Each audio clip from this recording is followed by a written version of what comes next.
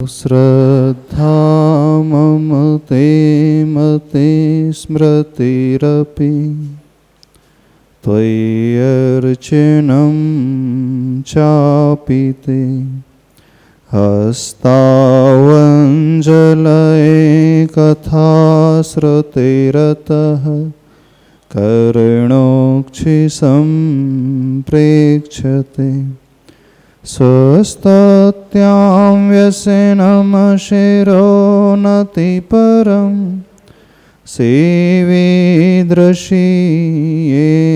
ते तेजस्वी सुजनोऽहमेव सुकृती तेनैव तेजः पते तेनैव तेजः पते। देवादिदेव अतिशयकारी श्री चिंतामणि पार्श्वनाथ भगवान की, गुरुनाम गुरु आचार्य भगवान श्री ज्ञान सागर जी महाराज की, संत श्रोमणी आचार्य भगवान गुरुदेव श्री विद्यासागर जी महाराज की। नंबर 238।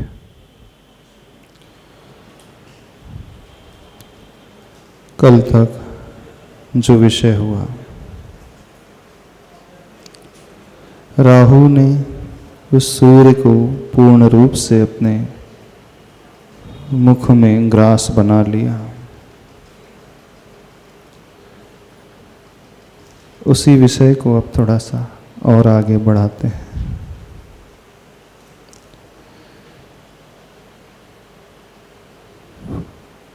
उसकी स्थिति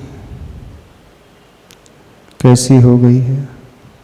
जो दिनकर था तिरोहित हो गया हो, दिन का अवसान सा लगता है, दिखने लगा दीनहीन दिन। दिनकर के अभाव में, सूर्य के अभाव में वह दिन भी दीनहीन सा नजर आने लगता है। प्रकाश का स्रोत जब दूर हो जाता है, अंधेरा चारों तरफ छाने लगता है। जीवन में भी हमारे प्रकाश का स्रोत यदि थोड़ा सा दूर हो जाए, ढक जाए, मोह रूपी अंधकार छाने लगता है। हमारे जीवन में प्रकाश का स्रोत जो है ज्ञान है। दुर्दिन से घिरा दरिद्र ग्रहीसा, कैसे स्थिति हो गई सूर्य की? बड़े परेशानियों से घिरा हुआ दरिद्र गरीब सा उस गृहस्थ की भांति हो गया जो हमेशा अभावों में जीता है। दिन उसके बड़े कष्टप्रद होते हैं, कष्ट में ही बीतते हैं। खुशियां विलीन जैसी हो जाती। हर संसारी व्यक्ति का वैसे यही हाल है ना? कुछ के कम है गम, कुछ के ज़्यादा है, कुछ के दिख जाते हैं, कुछ के ढके रहते हैं, कुछ प्रकट कर देते हैं, कुछ अपने भीतर पी जाते हैं। जिनकी शक्ति अधिक होती है वे पी जाते हैं, और जिनकी शक्ति थोड़ी हीन होती है, प्रकट न भी करना चाहे तो वो प्रकट हो जाते हैं। गरीबी एक अभिशाप सा माना जाता है, माना जाता है। गरीबी के कारण बहुत कुछ भुगतना पड़ता है, चारों तरफ से भुगतना पड़ता है, परिवार से भी, बाहर से भी। लोग दुरुपयोग भी करने लगते हैं, फायदा भी उठाने लगते हैं। ऐसे ही होता है। ऐसे दुर्दिन किसी के पास ना आए, लेकिन दिन दुर्दिन आते नहीं, हम स्वयं बुला लेते हैं। पूर्व में हमने ऐसे कुछ किए होंगे कर्म, उसी का परिणाम, उसी का विपाक कि हमें भुगतना पड़ता है। इन दिनों में हमें समझ में आता है धर्म का महत्व। इन दिनों में लगता है कि नहीं, अब कुछ कर लेना चाहिए।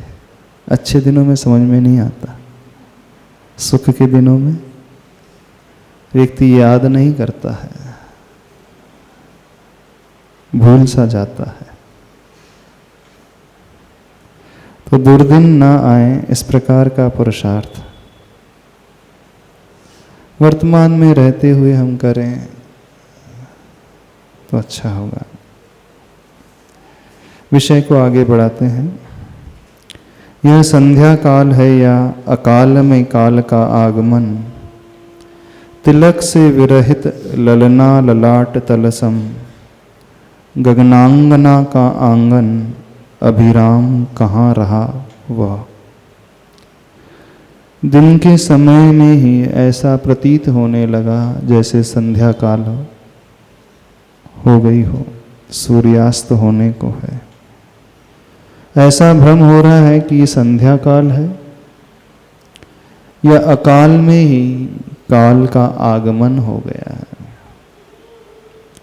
जब काल आता है तब अंधकार छा जाता है, यमराज आता है तो अंधकार छा जाता है।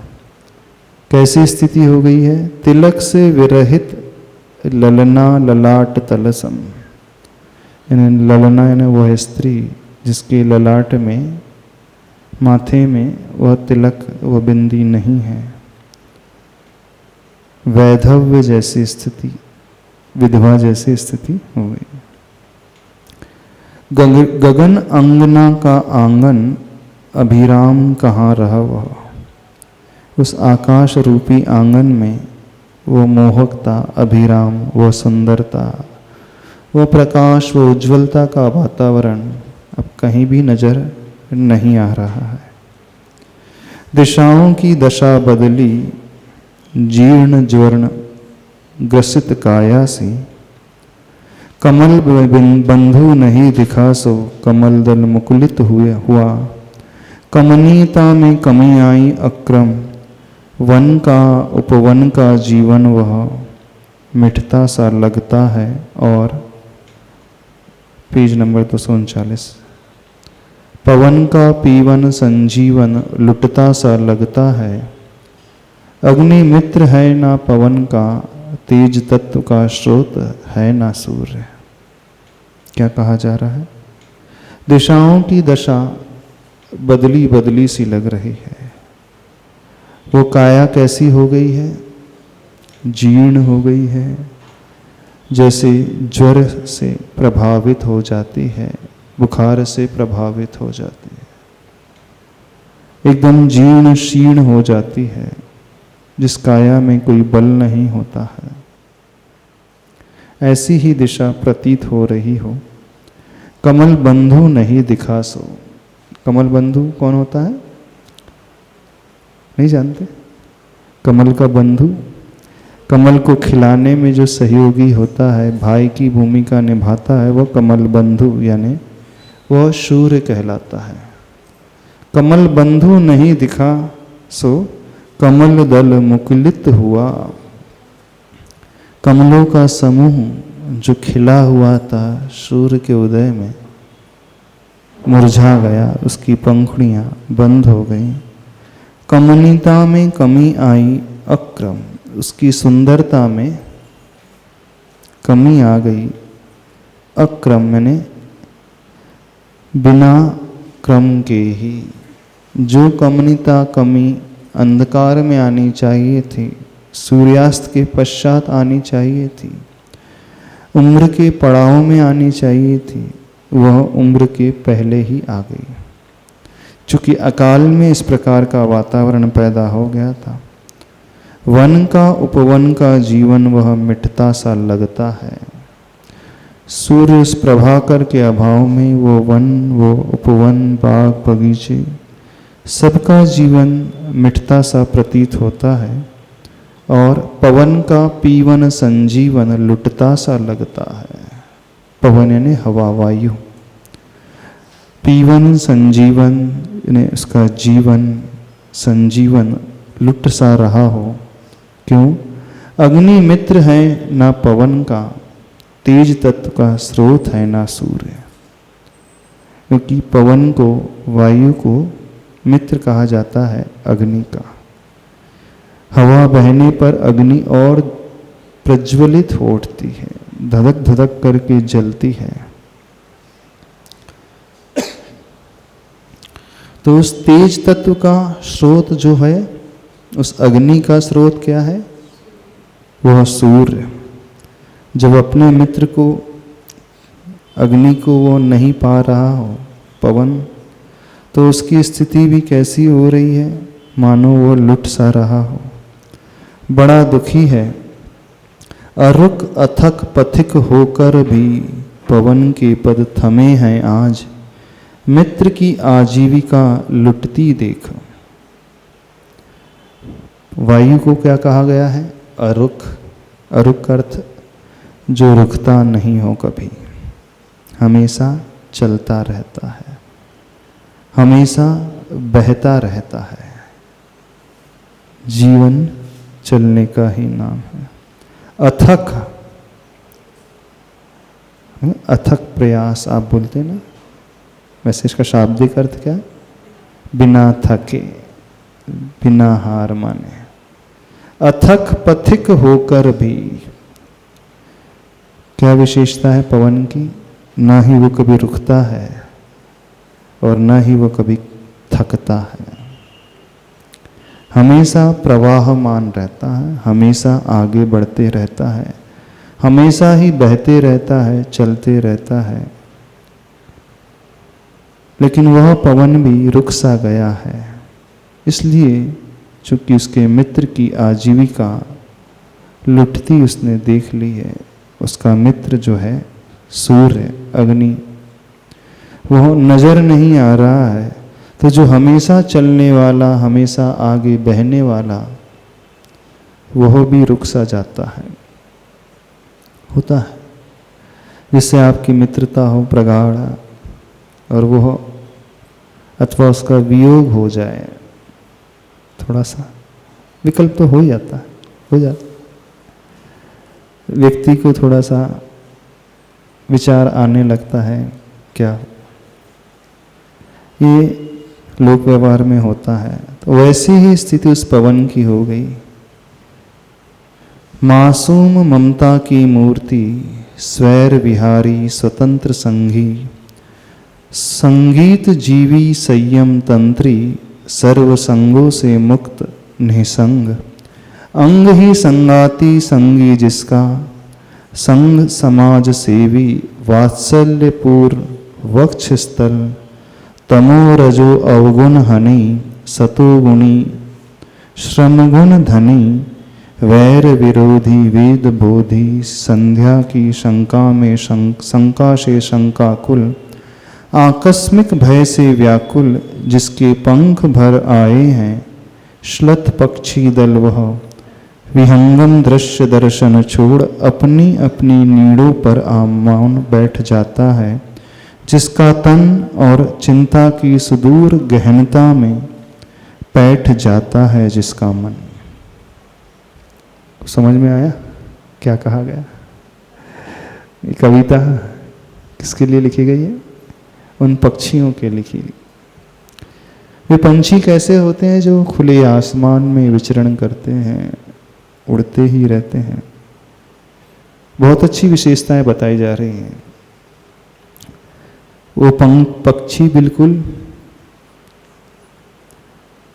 जो निसंग होकर के बिना परिग्रह के आकाश में भ्रमण करते हैं, ये साधु के लक्षण इस कविता के माध्यम से बताए हैं। साधु और पक्षी में ज़्यादा अंतर नहीं होता है। बड़ी सुंदर आचार्य भगवान ने कल्पना की है। मासूम ममता की मूर्ति, स्वैर विहारी स्वतंत्र संगी। पक्षी कैसा होता है? ममता की मूर्ति, मासूम, मन में जहाँ आए वह विहार करने वाला, स्वतंत्र रहने वाला, वह संगी। साधु भी बिल्कुल ऐसा ही होता है, मासूम, ममता की मूर्ति, जहाँ इच्छा हो, बिना किसी बंधन के, बिना किसी दबाव के, स्वेच्छा से स्वतंत्र, ऐसे जो होते हैं।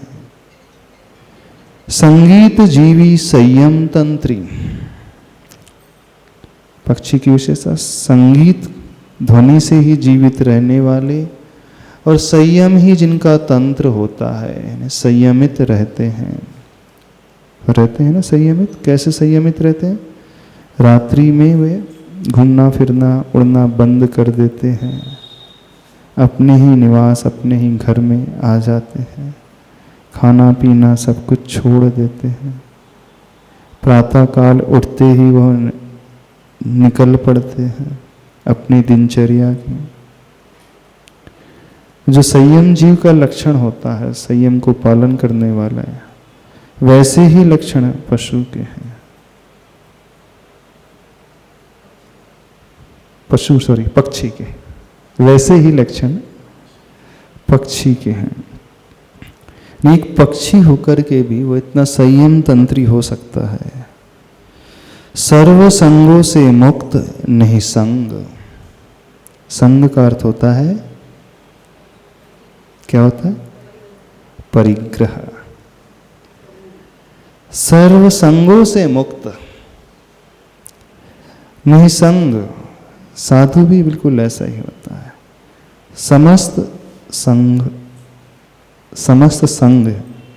संग नहीं, संग, सर्व संग से ऊपर उठा हुआ। बाहरी और भीतर संग दोनों ही होते हैं। बाहरी और भीतरी परिग्रह, दोनों ही प्रकार के परिग्रह से जो ऊपर उठा हुआ होता है वह निसंग कहलाता है। तो पक्षी के पास भी कुछ भी परिग्रह नहीं होता, कुछ नहीं होता है, और साधु के पास भी कुछ परिग्रह नहीं होता। बाहरी भी नहीं, क्षेत्र वास्तु हिरण सुवर्ण धन धान दासी दास कुप्य भांड, जो 10 प्रकार के बाहरी परिग्रह, खेती बाड़ी नहीं, घर मकान नहीं, सोना चांदी नहीं, भोजन पानी राशन नहीं, नौकर चाकर नहीं, पशु आदि नहीं, बर्तन भांडे आदि कुछ नहीं, और भीतरी परिग्रह भी नहीं। भीतरी 14 प्रकार का परिग्रह जानते हैं? क्रोध मान माया लोभ चार कषाय, हास्य रति अरति शोक भय जुगुप्सा, 3 वेद 9 कषाय और 1 मिथ्यात्व। ऐसे 14 अंतरंग परिग्रहों से रहित और 10 बहिरंग परिग्रहों से रहित वो होते हैं निसंग। बहुत बड़ी बात है निसंग होना, सब कुछ छोड़ना, अंदर की मूर्छा भाव भी छोड़ देना, अंदर के कषाय भावों को भी पूर्ण रूप से छोड़ देना, मिथ्यात्व का भाव भी, अंदर की समस्त इच्छाओं को छोड़ देना, समस्त आसक्ति को छोड़ देना। इन शॉर्ट परिग्रह जो है मूर्छा का भाव है, आसक्ति का भाव, इच्छा और चाह का भाव, यानी जो हमेशा वर्तमान में ही जीता है, कोई आकांक्षा जिसे नहीं होती।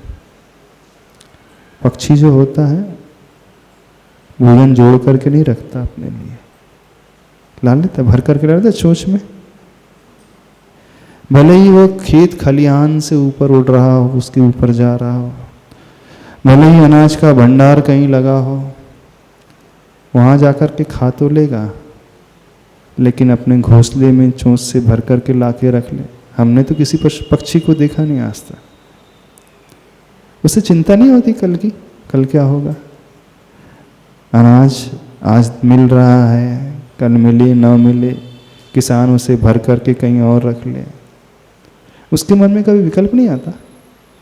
हाँ, जीव तो है, भूख तो उसे भी लगती है, आहार संज्ञा उसकी भी है, पेट उसका भी लगा है, पर ये भाव ही नहीं आता उसको।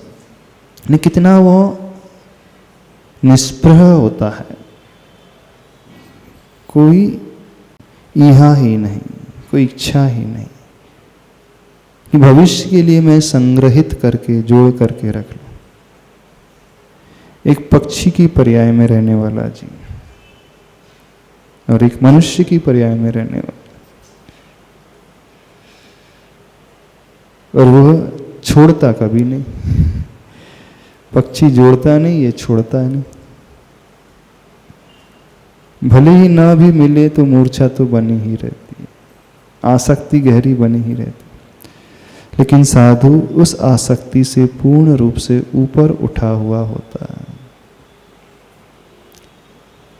कोई भविष्य की चिंता नहीं, कल क्या होगा, कौन संभालेगा, कौन देगा, कहाँ जाना है, क्या करना है। ने साधु जीवन पूर्णतः वर्तमान में रहने वाला, निर्विकल्प, निर्द्वंद, निष्प्रह, किसी प्रकार का कोई संकल्प नहीं, किसी प्रकार की कोई विकल्प की भावना नहीं, कोई आकांक्षा नहीं। जो है सो है, ठीक है, मिले तो भी ठीक है, ना मिले तो भी ठीक है। जब एक पक्षी की पर्याय में रहने वाला जीव इतना अच्छे से जी सकता है, फिर साधु को तो ऐसा होना ही चाहिए। भले ही आचार्य भगवान उस पक्षी का वर्णन कर रहे हैं, पर घटा उस साधु के लिए रहे। तो सर्व संग से मुक्त निसंग, अंग ही संगाति संगी जिसका। क्या है? अंग, शरीर ही एकमात्र संगाति है, मित्र है, परिग्रह है, वही साथी है, वही संगी। अध्यात्म में वैसे शरीर को भी परिग्रह माना है, दूसरे के नहीं, अपने भी शरीर को परिग्रह माना है। इस कारण उसके प्रति ममत्व को छोड़ने की साधना बार बार कराई जाती है कायोत्सर्ग के माध्यम से, कि बाहरी परिग्रह छोड़ना आसान होता है, लेकिन इस शरीर को छोड़ना बहुत कठिन होता है। शरीर के प्रति जो आसक्ति है, ममत्व भाव है, उसे छोड़ना बहुत बहुत कठिन है। छोड़ नहीं सकते हम, लेकिन ममता का परिणाम छोड़ सकते हैं। बिना शरीर के तो आत्मा रह नहीं सकती, और छूट भी नहीं सकता कर्मों से मुक्त हुए बिना। फिर कैसे छोड़ना? उस आसक्ति को जो लगी है इसके प्रति, वो छोड़ना। मच्छर बैठा है तो बैठे रहना, कोई फर्क नहीं। काट रहा है तो काटने दो, उपसर्ग हो रहा है तो होने दो, सर्दी है तो फर्क, गर्मी पड़ रही है तो, अंतराय है तो, यानी यह ममत्व का परिणाम जिसका छूटता है, वो परिग्रही का त्यागी माना जाता है। और उससे भी फिर भीतरी और एक साधना होती है अंतरंग कषायों के त्याग की। इस कारण उसे अंतरंग परिग्रह कहा। वो मूर्छा भाव नहीं टूटता है। संस्कार इतने गहरे हैं अनादिकाल के कि इसके प्रति जो आसक्ति लगी है वो छूटती ही नहीं। इस कारण मरते समय सबसे ज्यादा पीड़ा होती है, वेदना होती है। इसी कारण व्यक्ति मरना नहीं चाहता। मरने से क्यों भयभीत रहता है, डरता क्यों है? हर प्राणी मरने से डरता है कि नहीं? नहीं डरते? हाँ, जो डिप्रेशन में आ जाता है वो सब नहीं लगता है। जो निराशा में डूबे रहता है वो तो मरना ही अच्छा लगता है। बोले यार क्या है जी करके, इससे अच्छा तो मर ही जाओ। वो मर भी जाएगा, सुसाइड भी कर भी लेगा तो कहीं और जा करके पैदा हो जाएगा, फिर वहाँ रम जाएगा, वहाँ अच्छा लगने लगेगा। यानी हर व्यक्ति मरने से मात्र इसीलिए डरता है कि उसकी गहरी आसक्ति है, गहरा जुड़ाव है इस शरीर से, बहुत गहरा जुड़ाव है। और ये जुड़ाव गर्भ से ही हो जाता है। जन्म लेते ही वो दूसरों को तो देखता है, पहचानना शुरू कर देता है, उसकी भिन्नता कथनचित उसे दिख जाती है ना। संसारी व्यक्ति को दूसरे जीवों के शरीर की भिन्नता, ये हमसे भिन्न है, ये पृथक है, ये अलग है, ये तो समझ में आ जाता है। लेकिन हमारी भिन्नता इस शरीर से है, ये समझ में नहीं आता। तो जन्म से पहले भी ये शरीर था, और जब मरने का वक्त आता है, क्षण आता है, तो उसकी इतनी गहरी मूर्छा होती है, और वो मूर्छित जैसा हो जाता है तो उसे पता ही नहीं चलता कि शरीर चला गया, भान ही नहीं होता। तो जन्म के पहले भी वो इसके साथ रह रहा था, और अंतिम वक्त तक भी रहता है, तो उसे पता ही अथवा यह ज्ञात ही नहीं हो पाता कि शरीर मेरी आत्मा से भिन्न है, कुछ अलग है। तो वो शरीर को ही सब कुछ मान करके चलता है। ये जान करके भी वो इस भेद विज्ञान को अपने भीतर पैदा नहीं कर पाता कि आत्मा अलग है, शरीर अलग है, शरीर सो मैं नहीं, मैं सो शरीर नहीं, ये जड़ है, ये जड़ तू ज्ञानी, मिले अनादि, जतन से बिछड़े जो पे और पानी। बोलना बहुत सरल है, लेकिन जो बोला जा रहा है उस मैं होना बहुत कठिन है। कठिन है कि तो एक ऐसा अभ्यास भी होना चाहिए जो हमारी इस तंद्रा को, इस मूर्छा को तोड़े। और ये सबसे बड़ा अभ्यास है, इस मूर्छा को तोड़ने का अभ्यास। यानी इस शरीर में जो अपनत्व का भाव आ जाता है, आसक्ति का गहरा भाव होता है, ये ही हमें भटकने के लिए भाव भाव में मजबूर करता है। जब तक हम इसे नहीं तोड़ेंगे, इस आसक्ति को नहीं तोड़ेंगे, कभी भी हमारी दिशा समीचीन नहीं हो पाएगी।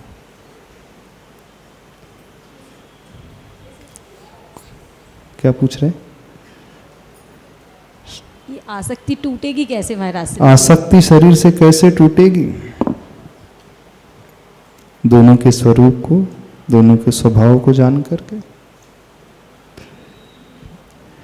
हमारा शरीर और हमारी आत्मा भिन्न है, आसानी से विश्वास नहीं होता। लेकिन दूसरे के शरीर को देख करके और उसकी मृत्यु को देख करके तो विश्वास कर सकते कि नहीं हम? हाँ, कर सकते कि नहीं? दूसरे का जब मरण हो रहा है, शरीर यहीं पड़ा रह जाता है, उसमें कुछ था भीतर जो निकल गया, जिसके कारण यह चेतनता बनी हुई थी, हलन चलन बना हुआ था इस बॉडी में, अब वो नहीं है। तब तो हम आसानी से विश्वास कर ही सकते हैं कि कुछ इसके भीतर था, वो इससे डिफरेंट था, वो चला गया, निकल गया। बस वो विश्वास थोड़ी देर बस के लिए आता है, थोड़ी देर वैराग्य आता है। अब अपने शरीर से इस कारण विश्वास नहीं होता क्योंकि हम जन्म के पहले भी इसी के साथ एक में होकर के रहते हुए आए हैं, और मरते समय इतना होश रहता नहीं है, मूर्छित जैसा हो जाता है, तो वो इसको पकड़ नहीं पाता। तो अपने शरीर से यदि हम आसानी से ऊपर नहीं उठ पा रहे हैं, तो दूसरों को देख करके एक शिक्षा तो ले लें। नहीं ले सकते। दूसरे को मरते हुए देख करके एक अंदाजा लगा लेंगे, कुछ तो भी हमारे भीतर भी है ऐसा जो हमसे अलग है, शरीर से अलग है। बस ये गहरा विश्वास जहां हो जाएगा, फिर उसके मरण का भय दूर हो जाएगा, उसके भीतर से मृत्यु का भय निकल जाएगा। क्योंकि जो भीतर है वो मरता नहीं है, वो तो कहीं और जाकर के नया शरीर धारण कर लेता है, और जो दिख रहा है वो यहीं पड़ा रह जाता। तो इस ममत्व को, इस मूर्छा को त्यागना है, इस भाव को पकड़ना है, तभी व्यक्ति निसंग हो पाता है।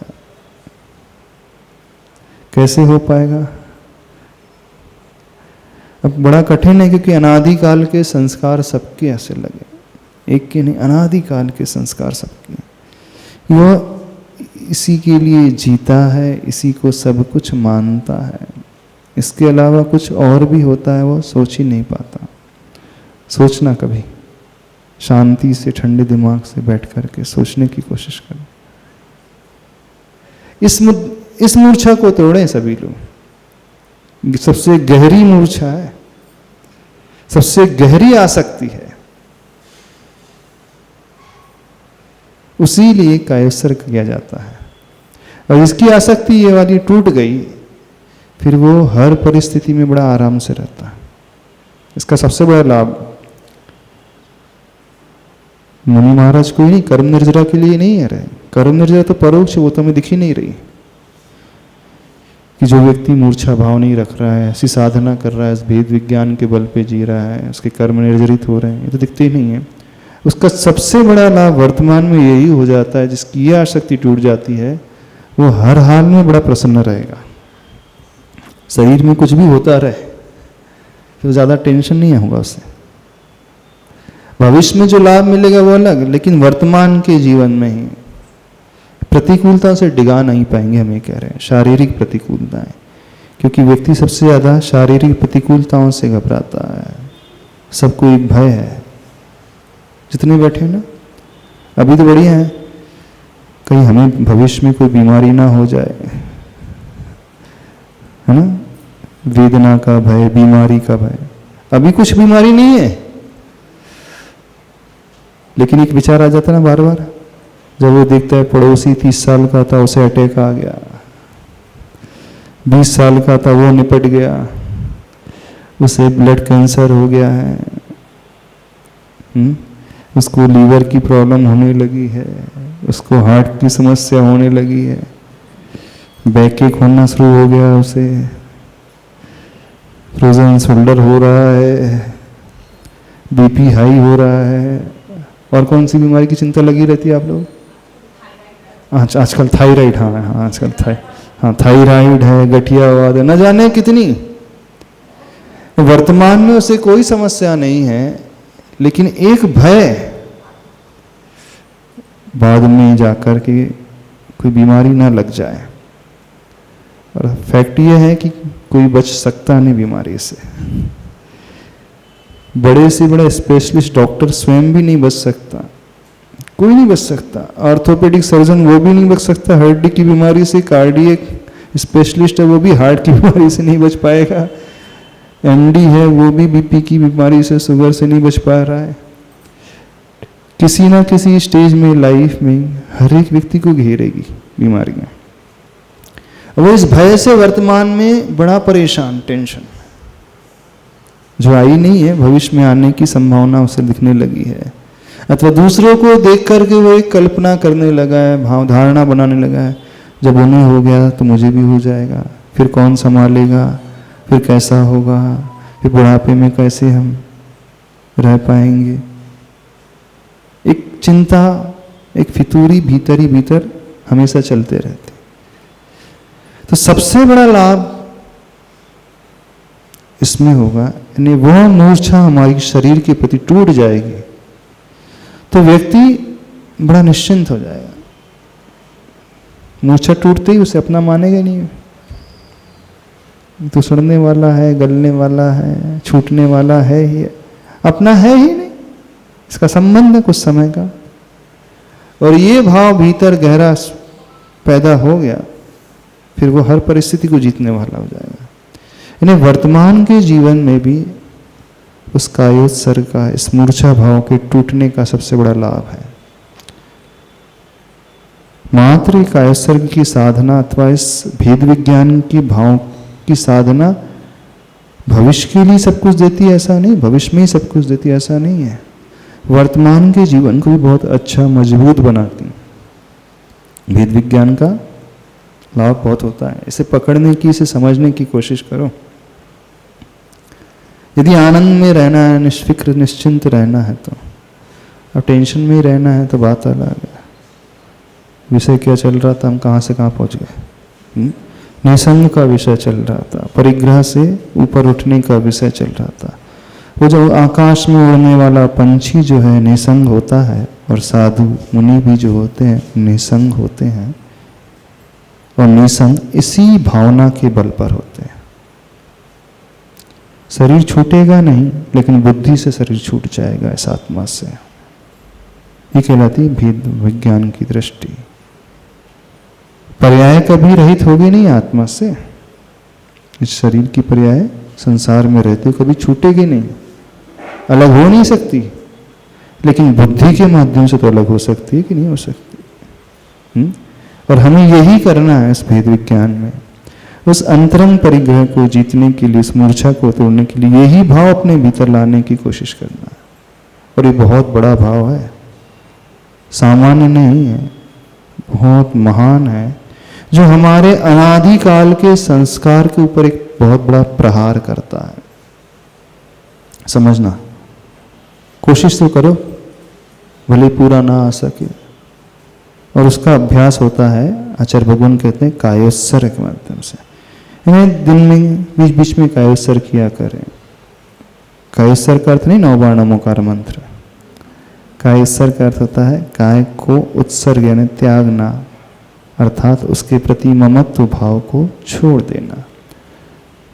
27 श्वास तक जो हो रहा है होने दो शरीर में, सिर्फ देखो जानो श्वास के माध्यम से। मच्छर बैठ रहा है तो बैठने दो, मर थोड़ी जाएंगे हम मच्छर के काटने से कि डेंगू हो जाएगा।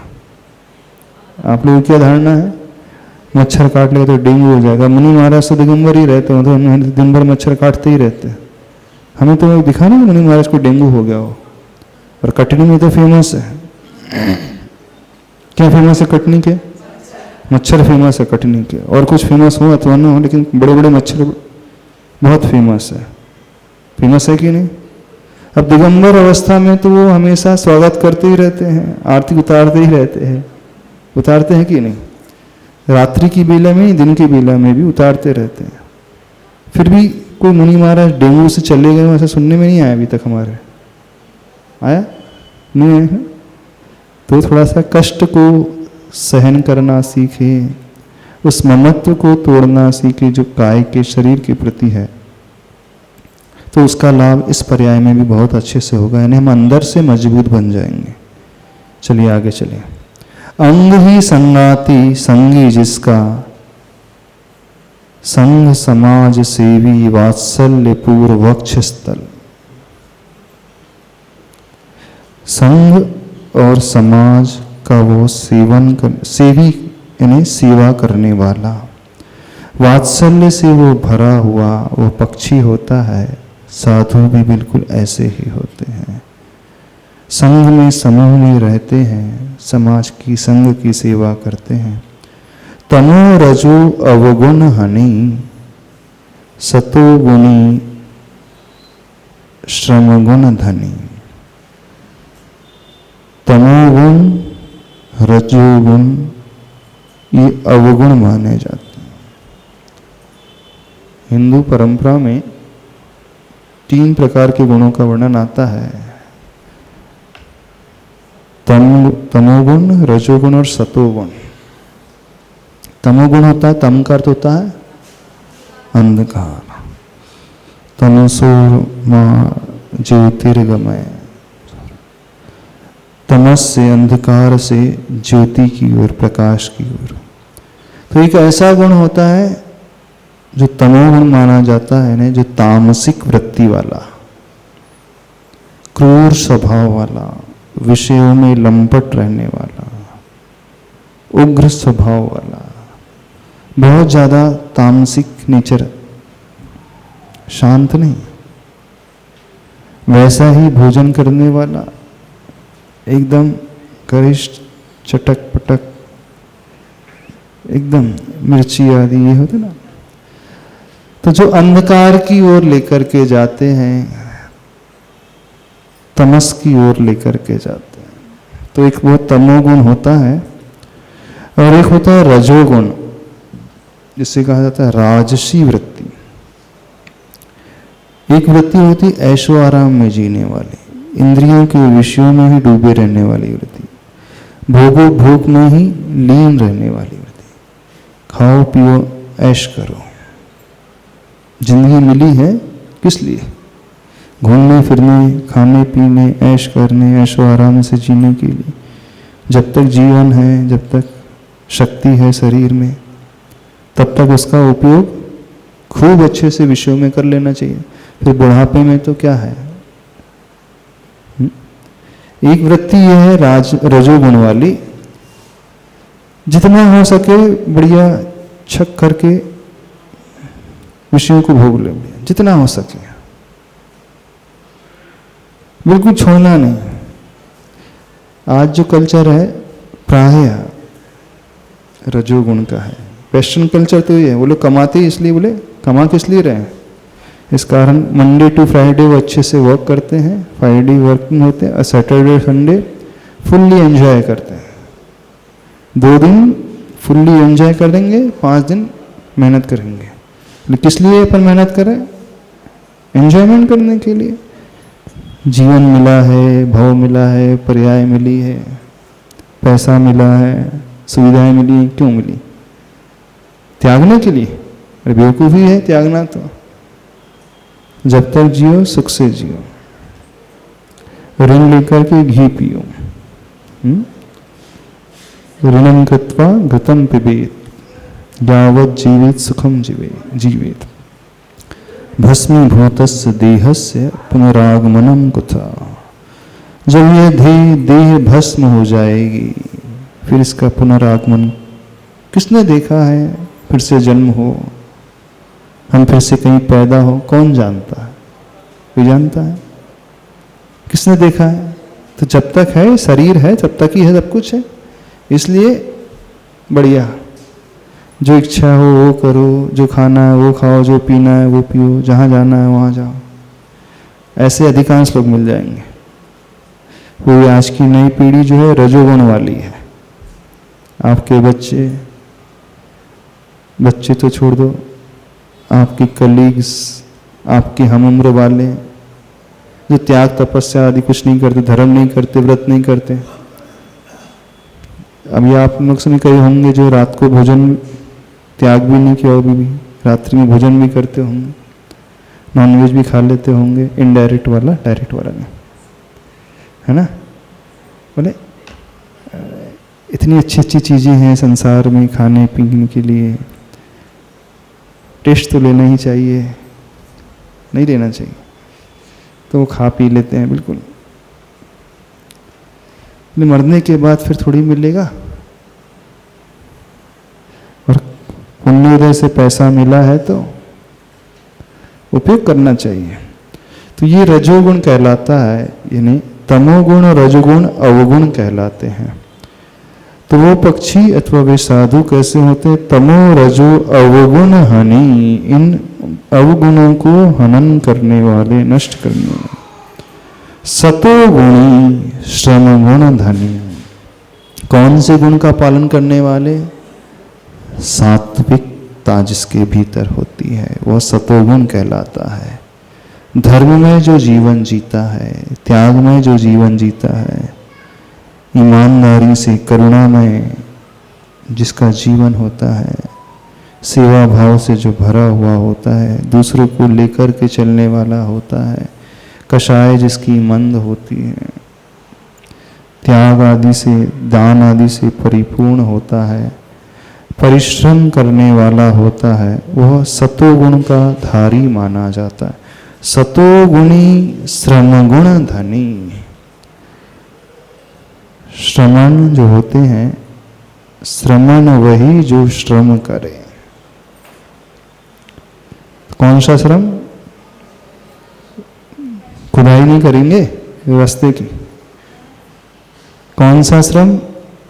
कर्म निर्जरा का श्रम। ऐसी साधना जिससे कर्मों की निर्जरा हो। ऐसे बड़े बड़े आतापन आदि योग लगाएंगे, बड़ी बड़ी तपस्या करेंगे, बड़े बड़े उपवास करेंगे शारीरिक शक्ति के अनुसार।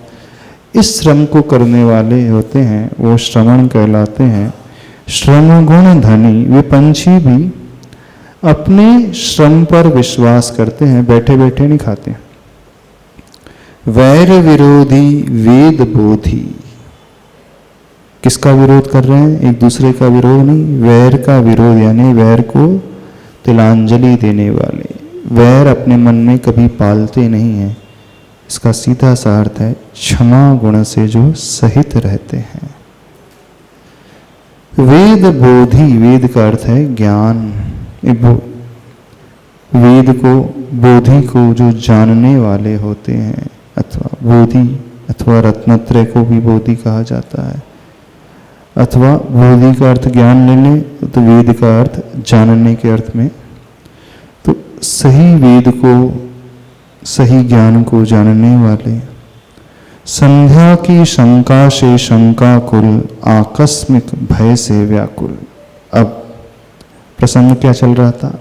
चूंकि राहु ने सूर्य को निगल लिया था, मूल प्रसंग पर आ जाते हैं। तो कौन सी शंका हो गई? संध्या काल की शंका। तो संध्या की शंका से वे शंकाकुल हो गए, आकस्मिक भय से व्याकुल हो गए। अचानक ये क्या हो गया?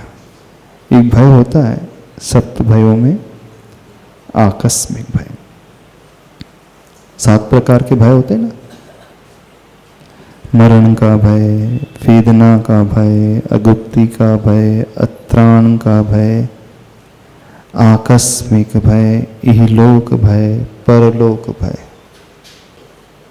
सभी कोई भयभीत ही रहते हैं, एकमात्र सम्यक दृष्टि को छोड़ करके वो निर्भय रहता है। बाकी कोई ना कोई भय से परेशान रहता है।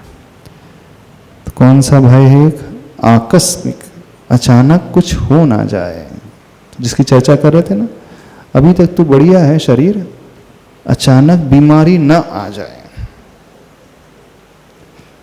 अभी कोई कमी नहीं है, सब फर्स्ट क्लास चल रहा है, आकस्मिक रूप से कुछ भी हो सकता है।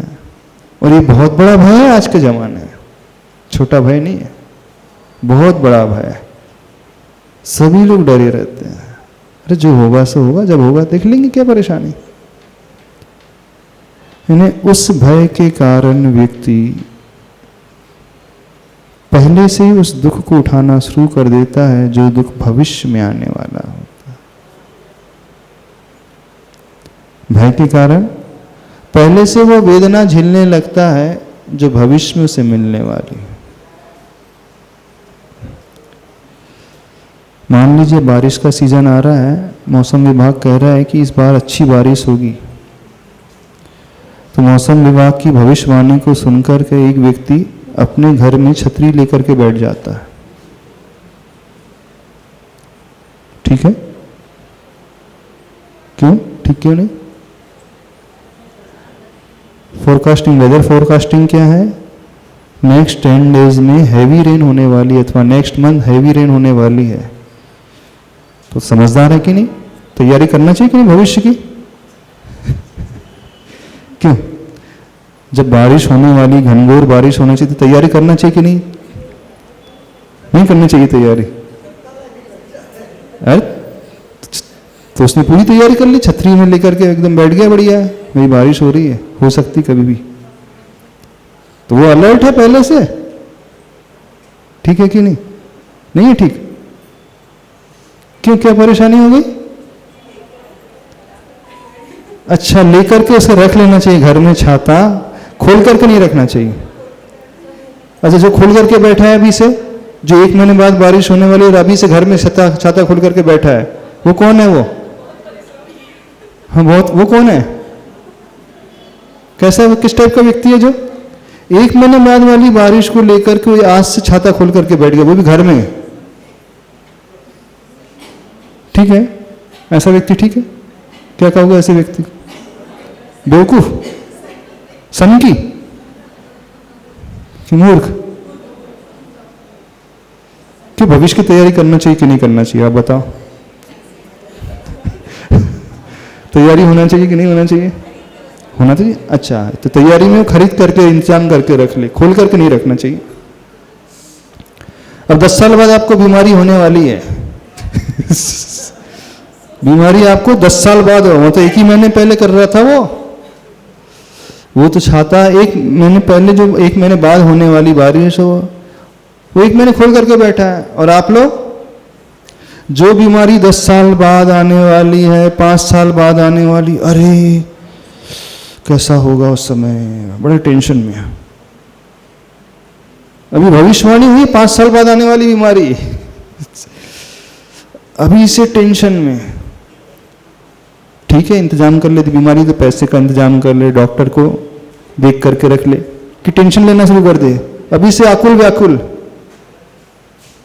वो अभी से चिंतित हो गया है, आकुल व्याकुल हो रहा है, उसका ब्लड प्रेशर बढ़ने लगा है, कहीं मुझे भी कैंसर की शिकायत ना हो जाए, क्योंकि सबको हो रही है, इतने सारे लोगों को हो रही है, मुझे भी ना हो जाए। आजकल का माहौल बड़ा अजीब ही है। अब इस बात को लेकर के खूब चिंतित, खूब आकुल व्याकुल। कैसा है व्यक्ति वो? अभी आप क्या कह रहे थे? सनकी, बेवकूफ, मूर्ख। तो जो परिस्थिति 5 साल बाद पैदा होने वाली है, उसको लेकर के आज से चिंतित होने की क्या आवश्यकता है?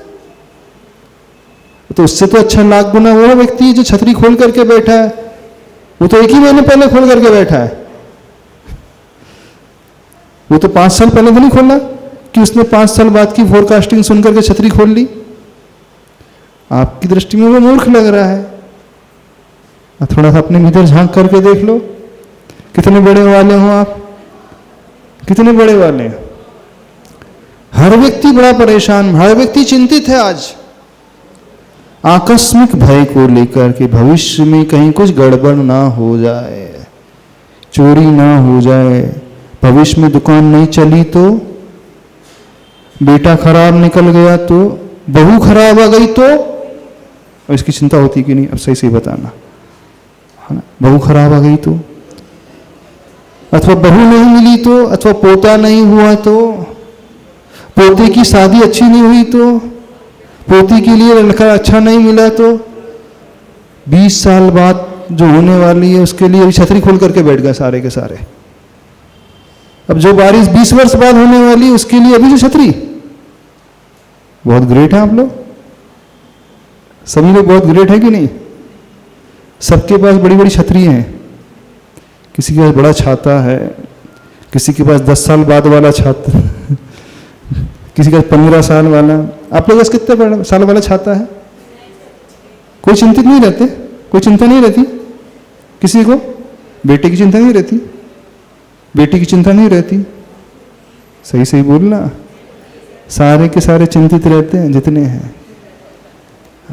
क्या होगा भविष्य में, मार्केट कैसा रहेगा, कंपटीशन का जमाना, दुकान चलेगी कि नहीं चलेगी, और जब नहीं चलेगी तब देख लेंगे। तब इसी को छाता खोल करके बैठना। सबके पास बड़े बड़े छाते हैं, छोटे मोटे नहीं है, खूब सारे हैं, खूब सारे हैं। घर का अलग है, बाहर का अलग है, कहाँ खूब सारे छाते एकत्रित कर रहे हैं, खोल करके बैठ गए। खरीद करके नहीं रखे लोगों ने, है ना, खोल करके बैठ गए सबने। छाता ही नहीं है। अब एक ग्रेट और है, वो रेनकोट पहन करके बैठ जाए। वो छाता तो फिर भी ठीक है, मैं रेनकोट पहन करके बैठूंगा क्योंकि बहुत हेवी रेन की फोरकास्टिंग हुई है, कहीं मेरे शरीर में पानी ना आ जाए, मुझे बाहर जाना है, इस कारण वो घर में बैठा बढ़िया रेनकोट पहन करके बैठा है। ठीक है, अच्छा अब तो ठीक है ना? नहीं है ठीक? हंसी आ रही है आप लोगों को? क्यों हंसी आ रही है? मिल जाएंगे नहीं आपको रेनकोट पहनने वाले? आप लोग के पास भी है रेनकोट? पहने, यहाँ भी पहन करके बैठे होंगे कई लोग। तो कृपा करो अपने ऊपर, जब 1 महीने बाद बारिश होगी तब पहन लेना रेनकोट, तब छाता खोल लेना। जब परिस्थिति वैसी निर्मित हो तब टेंशन ले लेना, तब उस वेदना को सहन कर लेना। यानी जो वेदना भविष्य में आने वाली है उसकी चिंता को लेकर व्यक्ति पहले से ही पीड़ित हो जाता है। मृत्यु के भय से व्यक्ति जीवन में न जाने कितने बार मरता है। Most of the people died at 80 but buried at sorry, most of the people died at 20 but buried at 80। अधिकांश लोग जो मर तो 20 साल में 25 साल में जाते हैं, लेकिन दफनाए जाते हैं 80 साल में। चिता में उंगली कब दी जाती है? 80 साल बाद। लेकिन मर कब जाते हैं? 20-30 साल में मर जाते हैं, उसी उम्र में मर जाते हैं। लेकिन संस्कार कब होता है उनके शरीर का, बॉडी का? 70-80 साल में। यानी उस मृत्यु के आने से पूर्व ही व्यक्ति जीते जी कई बार मरता है। उस वेदना से आने के पूर्व ही व्यक्ति जीवन में कई बार उस वेदना के दंश को झेलता है। उस परिस्थिति के निर्मित होने के पूर्व ही व्यक्ति उसे सोच सोच करके, चिंता में घुल घुल करके कई बार पहले ही वो परिस्थिति पैदा कर लेता है। जब वो घटित होगा तब हम उस वेदना को झेलें, तब तो समझ में भी आता है। लेकिन पहले से ही क्यों उस कम कष्ट को झेलें? तो निश्चिंत होना रहो, सीखो दुनिया में। सबसे निवेदन है, अपना अपना छाता कृपा करके बंद कर ले और रेनकोट उतार करके रख दे।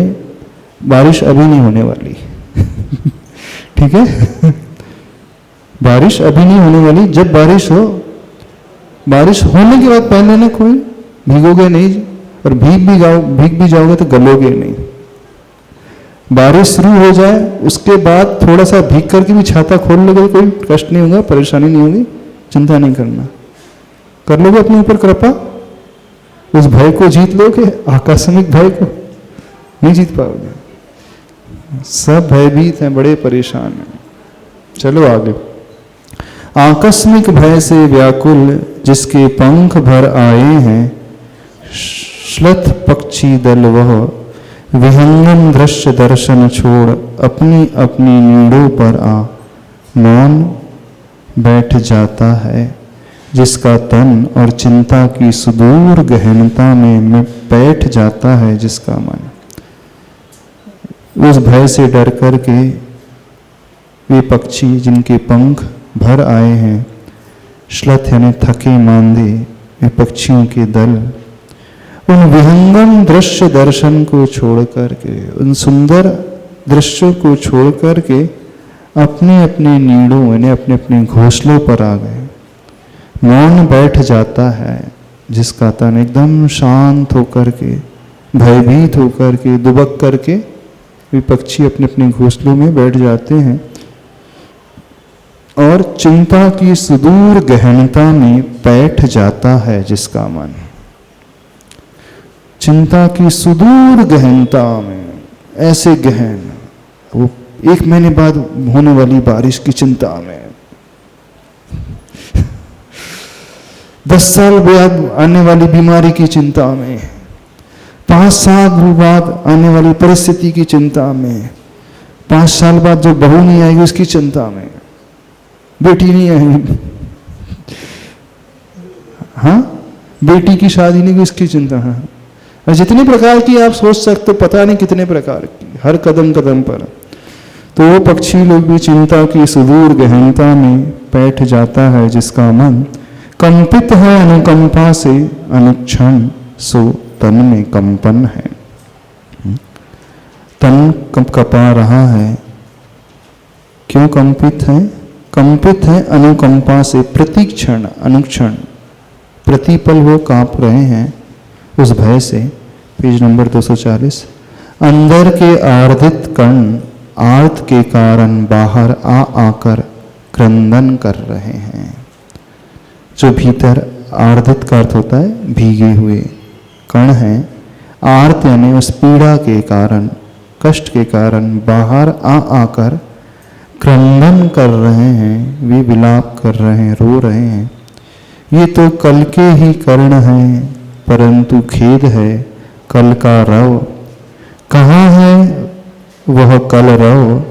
कल कंठ का कंठ भी कुंठित हुआ, वन उपवन नंदन में केवल भर भर आया है करुण क्रंदन आक्रंदन। थोड़ा सा कठिन सा लग रहा है ये तो कल के ही कर्ण है। कल का एक अर्थ होता है शरीर, सकल, कल यानी शरीर, सकल परमात्मा निकल परमात्मा शरीर सहित शरीर रहित। तो कल के ही कर्ण है, परंतु खेद है कल का रव। रव का अर्थ होता है वह ध्वनि। नहीं, कल तक जो पक्षी बीते हुए कल तक जो रव कर रहे थे, चिड़िया जो चहचहा रही थी, जो ध्वनि इन पक्षियों के कंठ से फूट रही थी, अब वह खेद है कल का रव।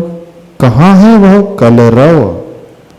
कहाँ चली गई वह ध्वनि? यानी एकदम शांत होकर के सारे पक्षी नीड़ में बैठे हैं। कलकंठ का कंठ भी कुंठित हुआ। कलकंठ क्या कहलाता है? सुंदर कंठ वाला, यानी वह कोयल। यानी उस कोयल का कंठ भी कुंठित हुआ। वन उपवन नंदन में केवल भर भर आया है करुण क्रंदन आक्रंदन। उन वनों में, उन उपवनों में क्या सुनाई दे रहा है? चूंकि सूर्य को राहु ने ग्रसित कर लिया है, सूर्य ग्रहण लग गया है, तो एक क्रंदन आक्रंदन ही सुनाई दे रहा है। इसके अलावा और कुछ भी सुनाई नहीं दे रहा है। थोड़ा सा और कर ले, छोटा। काक कोकिल कपोतों में, चील चिड़िया चातक चित में, बाघ भीड़ बाज बकों में, सारंग कुरंग सिंह अंग में, खग खरगोशों खरो खुलों में, ललित ललाम लजित लताओं में, पर्वत परमोन्नत शिखरों में, प्रौढ़ पादपों और पौधों में, पल्लव पातों फल फूलों में, विरह वेदना का उन्मेष देखा नहीं जाता निमेष भी। सो संकल्प लिया पंचदल ने की, सूर्य ग्रहण का संकट यह जब तक दूर नहीं होगा, तब तक भोजन पान का त्याग, जनरंजन मनोरंजन का त्याग, और क्या अंजन व्यंजन का भी। समझ में तो आ गया? खोलने की आवश्यकता है, खोल देते 2 मिनट में।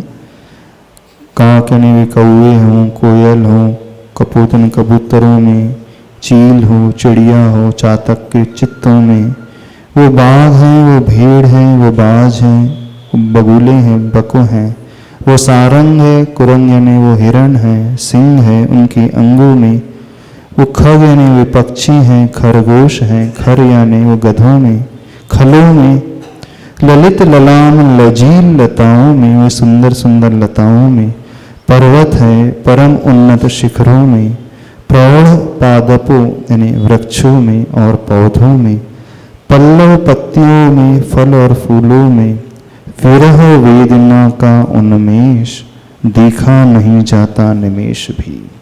वह विरह वेदना का उन्मेष यानी वो उत्पत्ति एक निमेष मात्र भी सहन नहीं हो रही है, देखी नहीं जा रही है। तो ऐसी पीड़ित अवस्था में, दुख के क्षणों में व्यक्ति क्या करता है? खाना पीना भूल जाता है। जब चारों तरफ कष्ट ही कष्ट, दुख ही दुख है, तो क्या हम पेट भर करके खाए हैं?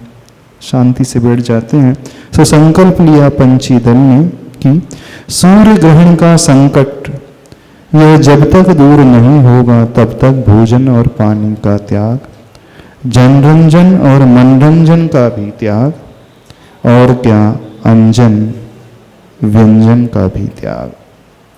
न विशिष्ट खाद्य पदार्थ, न ही श्रृंगार अंजन ने वो काजल, न ही मनोरंजन, न ही जंजन का रंजन, और उस भोजन पान सब का त्याग। समय आपका हो गया, हाँ 240 तक। तो क्या सीख लिया आज? सभी लोग अपने अपने छाते बंद कर देंगे, बस यही शिक्षा है, ठीक है। जावाणी के